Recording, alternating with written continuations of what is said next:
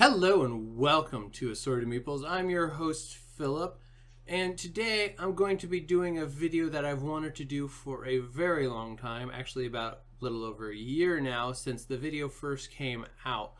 Shane and Braden on their show, Unqualified Experts, went over some really great rules for the game of Settlers of Catan, of starting settlements in your initial placements and some of the basics of good strategy. I was called out and I did not like it, but it also gave me the idea of like, what do I do that I am actually a target most games would be the way I would say it. Brain's usually not happy unless I'm so curb stomped that I have zero hope of winning. And then usually Shane or him will kick me a few more times to make sure I'm fully down. But the video they did was really good. It had a lot of things, but my brain just thinks differently, and the way I was trained to play this game is a lot different than the way they were. And so I'm just going to go into some of the strategies and things that I did. Now, where did I learn to play this game? My first introduction to the game was at a house game where they were playing, and unfortunately I had a person who was trying to play the game through me, and I didn't learn very well like that. They were trying to control my moves and stuff like that rather than make sure I had the rules and just let me play. I'm a very quick learner, and it made it very hard, and it was a bad experience. Fast forward a year or two, and my wife's working at the Target store, and there's a bunch of old retired guys that would come in and play every Monday, Wednesday, Thursday, something like that. And they're all old retired. Most of them were teachers at one point, so they all kind of knew each other, and I kind of stepped up and said, hey, would you guys let me play? And let me tell you, that was a brutal experience. They played by what I call gentleman's rules. The robber was modified so it wasn't as harsh. It didn't kick in for 2 rounds. And until you got to 6 points, they played nice. Once you hit that 6-point threshold, you had a huge target on your back, and they did not feel any remorse for murdering you and leaving your corpse out as an example for everybody else. I would still play with these guys, but my schedule changed really badly, and it was no longer feasible to. And a few of them, as I said, were retired and have since passed, which makes me very sad because they were great guys to play games with. But they also taught me a lot of strategies, and they went and looked up strategies to win, and I also read a lot of those just because you can only get beat down so many times before you go looking on how to win. So this is a lot of what I've learned from them and how I approach my game board.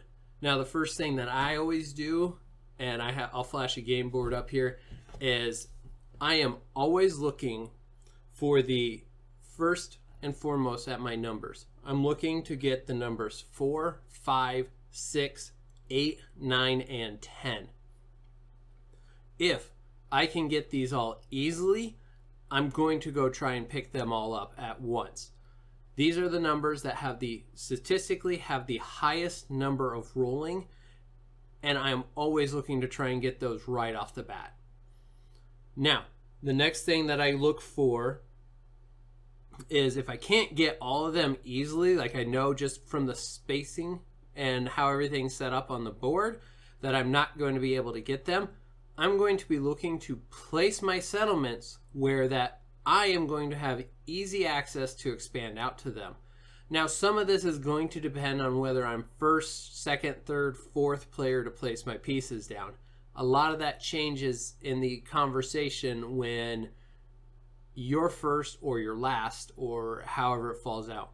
First is great because you should have the best position on the board unless it is a really hard board.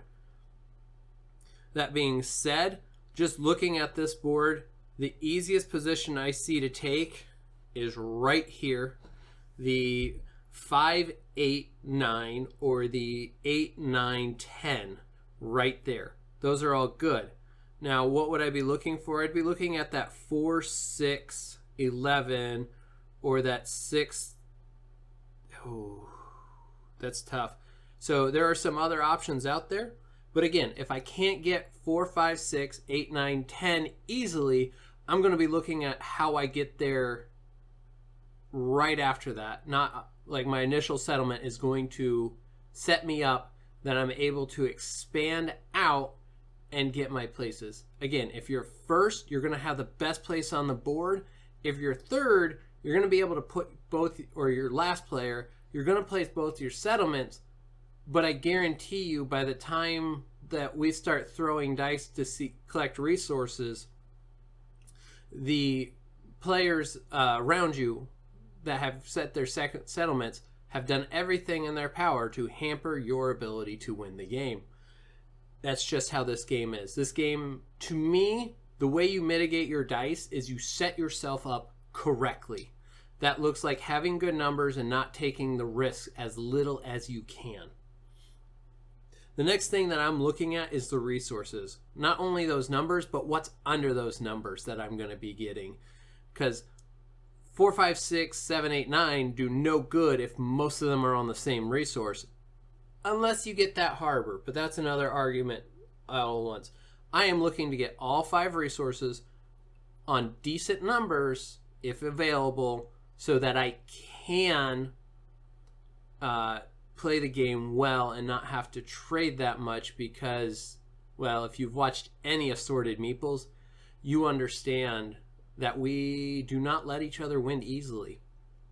And if they can cut you off by not trading with you, they're going to.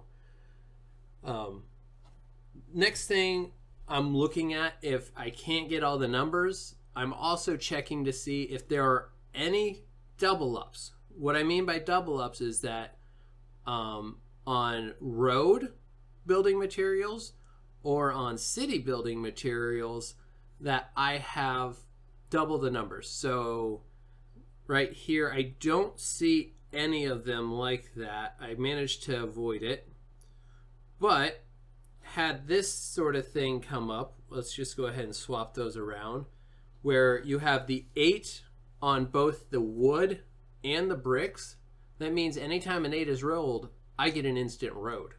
Now that's going to be highly guarded and highly sought after, so you'd be hard pressed to actually get that without taking some severe penalties. And by that I mean you'd probably have to take the wheat harbor out there to get that 8 and that wood right there. So I'm going to switch those back really quick just so my board stays the same, just showing the hypothetical.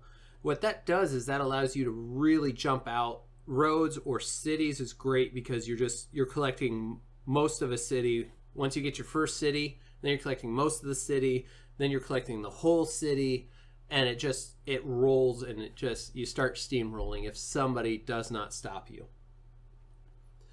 Another thing that I'm looking at is if I can get good access, good numbers on one certain resource, have easy access to all the others, and the ability to get to that port fast or start with that port in hand. Now the easiest one I can see is I've got that 9, 10 right there and a 5 on wood, or I have the 8, 5 on brick and that 9 up there. So if I could pick up that 8, 5, 9 with the wood and 2 stone and then move up there to that 4, 9 desert space, I have easy access to expand out to that ore harbor if it's still available. Who knows what's still available when you're placing. But I'm just pointing out things that I would do to greatly improve my chances of actually getting that harbor. Most of the time I will not just take a harbor outright unless I'm forced to. The one time I was forced to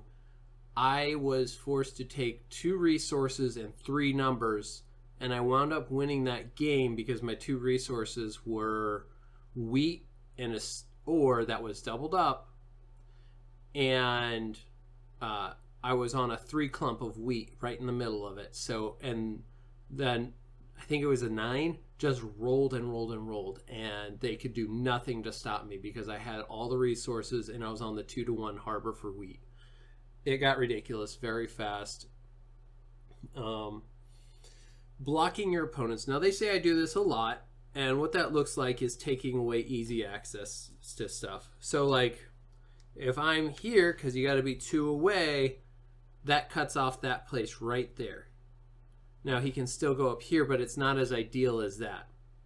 Now, if I went here, this would open up this space for him. I don't want to do that. I do want to create as much of a hard time as I can for my opponents right off the bat. Because if I can expand out easily and my opponent has to really extend themselves to get to a better position, that's better for me. And it's very little work to do. The next thing I'm going to say right off the bat, do not hurt yourself. Do not go out of your way to ruin somebody else's day. That's not how I play. I'm going to take the best move for me at that moment. If that screws another player over, it just means I took the move first. A lot of times when they yell at me for doing a bad move or a move that they didn't like, it's because in a round or 2 rounds, they were going to do that exact same move and screw me over. I just got there first, so they're mad about it. It's not good nor bad. It's just how the game works. And I'm perfectly willing to play that game all day long. Another thing you need to remember, you have 0 friends at the table. The way I play my games, always have, always will, is I'm your friend. When we're playing the game, no, we are not friends. We are competing. We are trying to win. Once the game is over, the game's over. I'm not going to carry it to the next game. I'm not going to carry it to the next week. I'm not going to, just build a grudge against you because you were mean to me in that game. I try not to. Sometimes I do, but I try not to. But while we're at the table, I have no friends. Eventually somebody's going to screw me over. And that kind of bleeds into a point that's not on the on setting up your stuff, but trading. Nobody's your friend. Don't think they're doing anything nice for you. They're trying to win this game. The way I think of trading is, if I give you a card, I'm giving you a point. There's no ifs and buts about it. But if I'm not getting a point back, that is not a trade that I'm willing to do.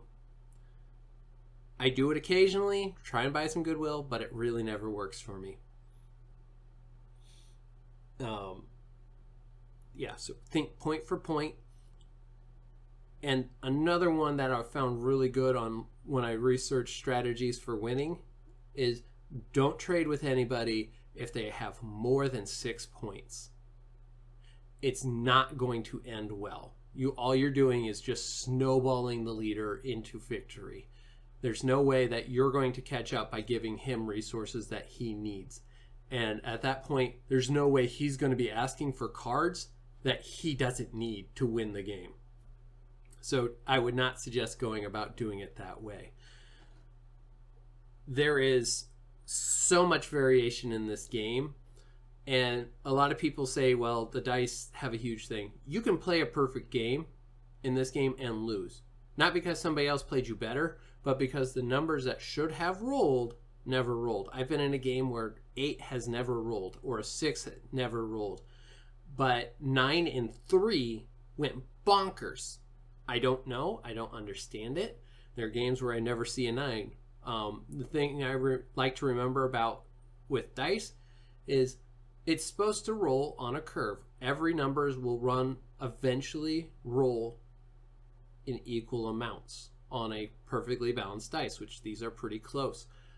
But in short windows, such as a game of an hour, you're going to see a lot of variation. So some games you're going to see a bunch of hitting.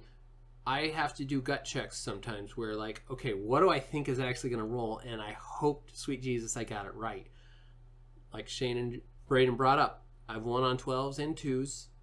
It just is what it is. And you get, if you're on them and they're just dead until it's that perfect moment, it feels really good when it hits. But you should never plan your strategy around those numbers hitting, it is guaranteed to fail you. I didn't go over some of the things that I would normally put in here because Shane and Braden made a lot of really good points. I just wanted to come around it with my strategy and how I go about it, because they say I'm a very mean player, but I'm really not. I'm just playing to win like they are. I just think differently, and I'm perfectly willing to cut them off before they take the best move for them. I will take a really good move for me, which will put them in a very bad position, and that's perfectly okay. So if you guys have any tips, strategies, things that you do, put them down in the comments below. We're always interested in learning how to get better. This game is a classic for a reason. I'm not going to argue with anybody that says it's not worth it or anything like that. This is a very solid game that still endures, and it's a great game to bring people into more complex games where you have to really think long term about how you can win. That being said, I'm going to let Shane take us out of here, and we will see you guys next time. All right, bye. If you like what you just saw, please support us by hitting that like button and subscribing to our channel for more great gaming content.